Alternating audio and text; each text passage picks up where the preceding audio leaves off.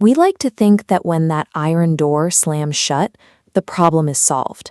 The threat is isolated, locked away in a concrete box, and safely removed from civil society. This creates a comforting illusion. We go about our daily lives believing the legal system has drawn a permanent, impenetrable line between the dangerous individuals inside and the rest of us on the outside. Penal environments function as highly concentrated ecosystems where predators study, adapt, and wait. Any point of contact with this world effectively builds a bridge directly back to your personal life. Whether wandering in out of curiosity, held overnight for a minor mistake, or even working there professionally, the moment you step into their world, you provide the very information they need to follow you home. Take the case of two friends who decided to explore an isolated, abandoned rural prison at 1 a.m. Drawn by the massive, decaying architecture, they crossed the threshold into the dark, looking for thrills. Deep inside a giant room lined with rusted cells, they heard a crash. When they turned to leave, a man was standing 20 feet away in the shadows. He calmly introduced himself as Mike, claiming he was the security guard, tasked with detaining trespassers. Mike didn't yell or act aggressively. He used a smooth, confident tone to disarm their panic, telling them they seemed like nice girls, and he would let them off with a warning. But instead of leading them to the exit, he guided them deeper into the facility, eventually stopping at a door that opened to a pitch-black, narrow basement staircase, insisting they go down first. Right there, survival instinct finally overrode their compliance. They noticed he was wearing jeans, crisp white sneakers, and a flannel over a sweatshirt. No badge, no radio, nothing official. When he grabbed one of the women's arms to force her down the stairs, they pushed him back and sprinted for their lives. When they contacted local police a week later, the authorities were stunned. They confirmed the abandoned prison had absolutely zero security presence or monitoring systems. The man they encountered in the dark was an opportunistic predator who had set up camp in the ruins. These abandoned institutional spaces offer a terrifying advantage. Their off-the-grid nature allows a stranger to impersonate the law and control anyone who wanders inside. You don't need to break into an abandoned prison to end up trapped with a predator. An 18-year-old found himself in an active county holding cell for the weekend after a disastrously stupid attempt to steal a phone from Walmart. He was terrified and visibly out of place. His cellmate, an older man named Bob, initially played the role of a friendly, calming guide. But as the hours dragged on in that confined space, Bob began sitting too close, touching the teenager's knee, and methodically extracting personal details about his home, his parents, and his school under the guise of casual conversation. A few days after the teenager was released, he got a direct message on his phone.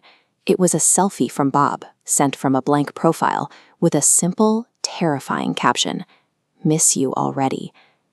This diagram breaks down exactly how Bob bypassed the jail's physical walls.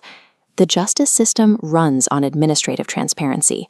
Anyone housed in the same county facility can easily access public booking logs and arrest records. The predator pulls the real legal name from the public database and maps it directly to a digital footprint. Gathering this intelligence lets them transition into a physical threat, narrowing down exactly where their bunkmate lives.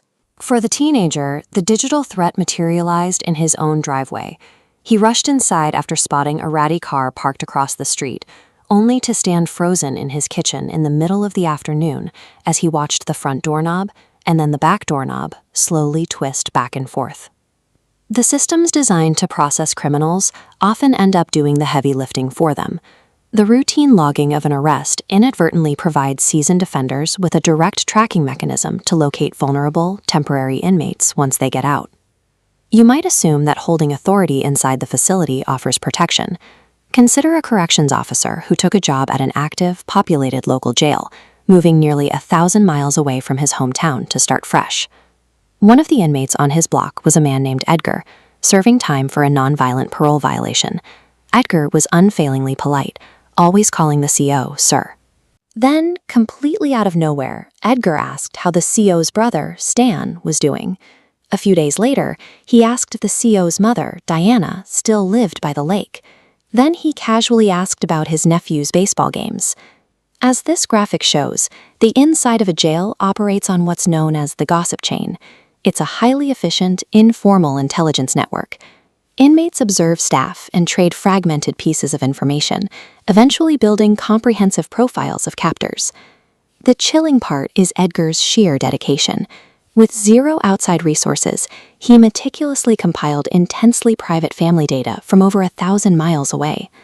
Months after Edgar was released, the psychological game escalated to a physical breach. At 2 a.m, Edgar appeared on the CO's front porch, triggering the doorbell camera. He stood in the dark with his hood up, calmly asking if anyone was home, claiming he was going door to door selling meat from a truck that didn't exist, before simply walking off into the night. Terrified, the CO ran a deep background check on his former inmate. He discovered that Edgar was essentially a system ghost. He had no known family, no valid previous addresses on file, and when his parole officer checked his forwarding location, he wasn't there. Working inside these walls every day gives predators the one resource they value most: infinite time to observe you. Prolonged professional exposure flips the dynamic entirely, allowing the inmates to map out your life until the authorities themselves become the hunted. The survivors of these encounters share a lingering, exhausting paranoia. The women checking their rear-view mirrors on a lonely night drive, the teenager clutching a temporary restraining order in his kitchen, and the corrections officer obsessively watching his ring camera, waiting for a ghost to return. Their stories expose a glaring flaw in our assumptions. The justice system is highly efficient at processing physical bodies into cells, but it is not designed to safeguard your privacy from the dangerous minds housed inside them. Relying on concrete and iron for protection is a mistake. Your only real defenses are personal, drastically shrinking your digital footprint, keeping your inner circle incredibly tight, and maintaining strict situational awareness about the information you project into the world. The walls built to separate civil society from its worst nightmares are highly porous. It only takes a single misstep, a moment of curiosity, or an unguarded conversation to invite those nightmares straight to your front door.